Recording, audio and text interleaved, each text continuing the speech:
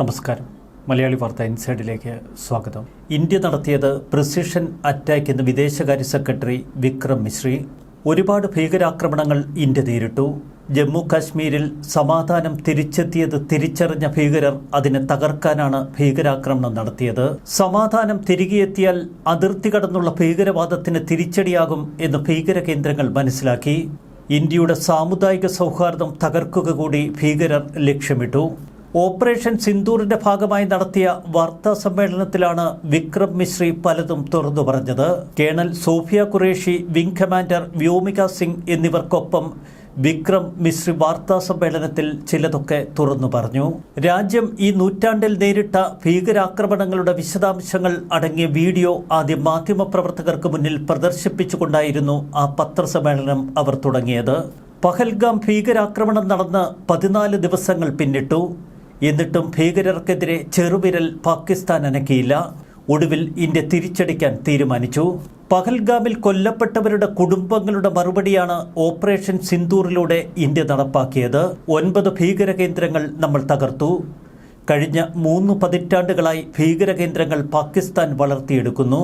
ഭാവൽപൂർ മുതൽ മുസഫറാബാദ് വരെ 9 കേന്ദ്രങ്ങൾ നമ്മൾ പൂർണ്ണമായും തകർത്തു. സാധാരണക്കാരെ ഒഴിവാക്കി ഭീകരരെ മാത്രം ലക്ഷ്യം വെച്ചുള്ള ആക്രമണമാണ് ഇന്ത്യ നടത്തിയത്. സംയുക്ത സേനയുടെ വാർത്താ സമ്മേളനത്തിലാണ് ഇക്കാര്യങ്ങൾ തുറന്നു പറഞ്ഞത്. കൃത്യമായ ഇന്റലിജൻസ് വിവരങ്ങളുടെ അടിസ്ഥാനത്തിലായിരുന്നു ഓപ്പറേഷൻ സിന്ദൂർ. സാധാരണ ജനങ്ങൾക്ക് യാതൊരുവിധ കുഴപ്പങ്ങളും സംഭവിച്ചില്ല. കൊളാറ്ററൽ ഡാമേജ് ഒഴിവാക്കുക എന്ന ലക്ഷ്യത്തോടെ നമ്മൾ ആക്രമണത്തിന് വേണ്ട ആയുധങ്ങൾ തിരഞ്ഞെടുത്തു. ഏതെങ്കിലും ഒരു കെട്ടിടം അല്ലെങ്കിൽ ഒരു കൂട്ടം കെട്ടിടങ്ങൾ മാത്രമാണ് ലക്ഷ്യമിട്ടത്. പൊതുജനങ്ങൾക്ക് പ്രശ്നമുണ്ടാകാതിരിക്കാൻ പരമാവധി ശ്രദ്ധിച്ചു. സൈനിക കേന്ദ്രങ്ങൾ ലക്ഷ്യം വെച്ചില്ല. അതീവ സൂക്ഷ്മതയോടെയുള്ള പ്രിസിഷൻ അറ്റാക്കാണ് ഇന്ത്യ നടത്തിയത്, അതും ക്ലിനിക്കൽ പ്രിസിഷനോടെ. ആക്രമണത്തിന് തെരഞ്ഞെടുത്ത ഭീകര കേന്ദ്രങ്ങൾ കൃത്യമായി നമ്മൾ തകർത്തു. പാകിസ്ഥാനിലെ സാധാരണക്കാരുടെ വീടുകൾക്കോ കെട്ടിടങ്ങൾക്കോ ചെറുപോറൽ പോലും സംഭവിച്ചില്ല. പാകിസ്ഥാന്റെ ഭാഗത്ത് നിന്ന് ഏതെങ്കിലും തരത്തിലുള്ള പ്രകോപനമുണ്ടായാൽ ഇന്ത്യ ശക്തമായി തിരിച്ചടിക്കുമെന്ന് സംയുക്ത സേന പറയുന്നു. അതിനുള്ള എല്ലാ തയ്യാറെടുപ്പുകളും ഇന്ത്യ പൂർത്തിയാക്കി.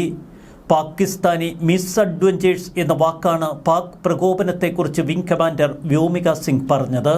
പാകിസ്ഥാൻ സാഹസത്തിന് മുതിർന്നാൽ തിരിച്ചടിക്കുമെന്ന് വ്യോമിക സിംഗ് പറഞ്ഞു. ഇന്ത്യ തകർത്ത ഭീകര ക്യാമ്പുകളുടെ ചിത്രങ്ങൾ വാർത്താ സമ്മേളനത്തിൽ പുറത്തുവിട്ടു. 9 ഭീകര കേന്ദ്രങ്ങൾ തകർത്തുവെന്ന് സംയുക്ത സേനയുടെ ഈ പ്രസ്താവന വ്യക്തമാക്കുന്നു. യുദ്ധത്തിലേക്ക് നയിക്കുന്നതൊന്നും ഇന്ത്യ പാകിസ്ഥാനിൽ ചെയ്തിട്ടില്ല. പാകിസ്ഥാൻ പലപ്പോഴും ലോകത്തെ തെറ്റിദ്ധരിപ്പിക്കുന്നുവെന്ന് വിദേശകാര്യ സെക്രട്ടറി വിക്രം മിശ്രി. തിരിച്ചടിക്കുള്ള അവകാശം മാത്രമാണ് ഇന്ത്യ ഉപയോഗിച്ചത്. പൈശാചികമായ ആക്രമണമായിരുന്നു പഹൽഗാമിൽ ഭീകരർ നടത്തിയത്. കുടുംബാംഗങ്ങൾക്ക് മുന്നിൽ ആളുകൾ വെടിയേറ്റ് വീണു. ഇന്ത്യക്ക് നേരെയുള്ള ആക്രമണം ടൂറിസം മേഖലയെ നശിപ്പിക്കാനും വർഗീയത പരത്താനുമുള്ള ശ്രമമായിരുന്നു പഹൽഗാമിൽ നടന്നത്. TRFനെ പോലെയുള്ള സംഘടനകളെ ലഷ്കറും ജെയ്ഷെ മുഹമ്മദും ഉപയോഗപ്പെടുത്തുന്നു. അതിർത്തി കടന്നുള്ള ഭീകരവാദത്തെ എല്ലാ കാലത്തും പാകിസ്ഥാൻ പിന്തുണയ്ക്കുന്നു. അവർ സ്പോൺസർ ചെയ്യുന്നു. നമ്മൾ സ്വതന്ത്രപരമായ നടപടികൾ ഏറെ കൈക്കൊണ്ടു. പാകിസ്ഥാൻ അപ്പോഴൊക്കെ വിഷയം വഴിതിരിച്ചു വിട്ടു. മതസ്പർദ്ധയുണ്ടാക്കാനുള്ള പാകിസ്ഥാന്റെ ശ്രമങ്ങൾ ഇന്ത്യൻ ജനത തിരിച്ചറിഞ്ഞിരിക്കുന്നു. ആക്രമണത്തിലെ പാക് പങ്ക് വ്യക്തമാണ്. ഭീകരർക്കെതിരെ ശക്തമായി ഇനിയും തിരിച്ചടിക്കും. കാശ്മീരിലെ സമാധാനം തകർക്കാനുള്ള ശ്രമമാണ് അവിടെ നടന്നത്. പാകിസ്ഥാനിലെ ലഷ്കർ എ തൈബ, ജെയ്ഷെ മുഹമ്മദ്, ഹിസ്ബുൾ മുജാഹിദ്ദീൻ കേന്ദ്രങ്ങൾ ലക്ഷ്യമിട്ടാണ് ഇന്ത്യ ആക്രമണം നടത്തിയത്. ഇന്ത്യയുടെ തിരിച്ചടിയിൽ കൊല്ലപ്പെട്ടവരിൽ ലഷ്കർ നേതാക്കളായ അബ്ദുൾ മാലിക്, മുദസ്സിർ എന്നിവരൊക്കെ ഉൾപ്പെട്ടതായി ഏറ്റവും ഒടുവിൽ പുറത്തുവരുന്ന റിപ്പോർട്ടുകൾ. ഇന്ത്യൻ സുരക്ഷാ ഏജൻസികൾ അന്വേഷിക്കുന്ന കൊടും ഭീകരരാണ് അബ്ദുൾ മാലിക്കും മുദസ്സിറും.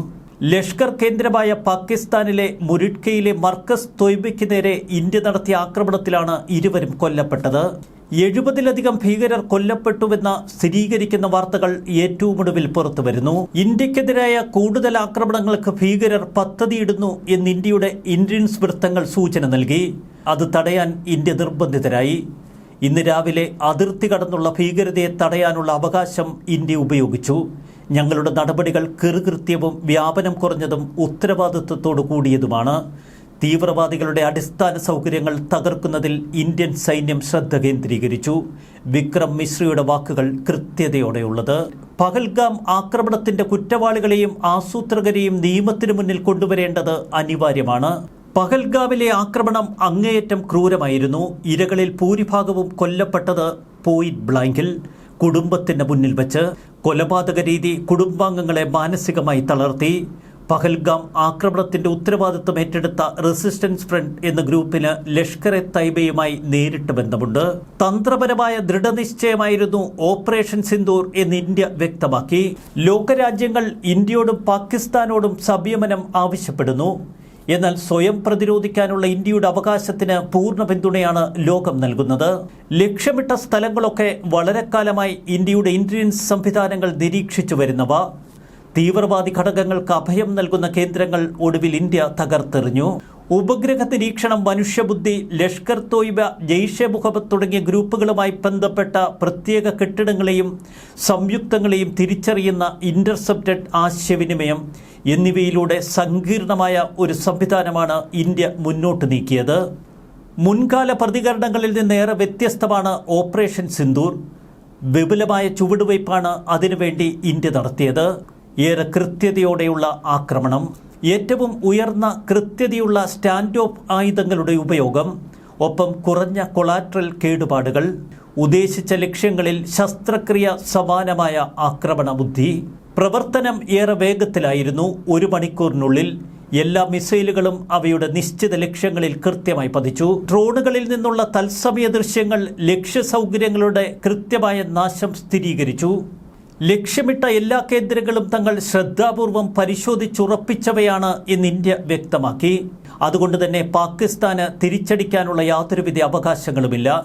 ഇനി ഒരു പ്രകോപനത്തിന് മുതിർന്നാൽ അത് പാകിസ്ഥാന് ആത്മഹത്യാപരമായിരിക്കും. ഇന്ത്യയുടെ വാക്കുകൾ കൃത്യതയോടെയുള്ളത്. ന്യൂസ് ഡെസ്ക് മലയാളി വാർത്ത ഇൻസൈറ്റ്.